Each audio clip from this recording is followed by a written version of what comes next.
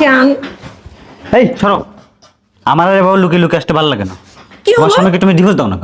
না, আমি ওকে ডিভোর্স দিব না। ডিভোর্স দিবা না মানে? তার মানে কি তুমি ওকে ভালোবাসো না? হ্যাঁ ভালোবাসি, কিন্তু শোনো, আমি যদি ওকে ডিভোর্স দিয়ে দিই তাহলে ওর টাকা পয়সা আমি কিছুই পাবো না। ওর যে এত সহায় সম্পত্তি, এগুলো কি আমি কিছু পাবো? আর এসব যদি আমি নিয়ে না যাই তাহলে তোমার সাথে সংসার করবো কিভাবে? আর তুমি তো কিছুই করো না, তুমি তো বেকার, তুমি তো চলো আমার হাজবেন্ডের টাকায়। ও, তার মানে তুমি আমাকে খোটা দিচ্ছ?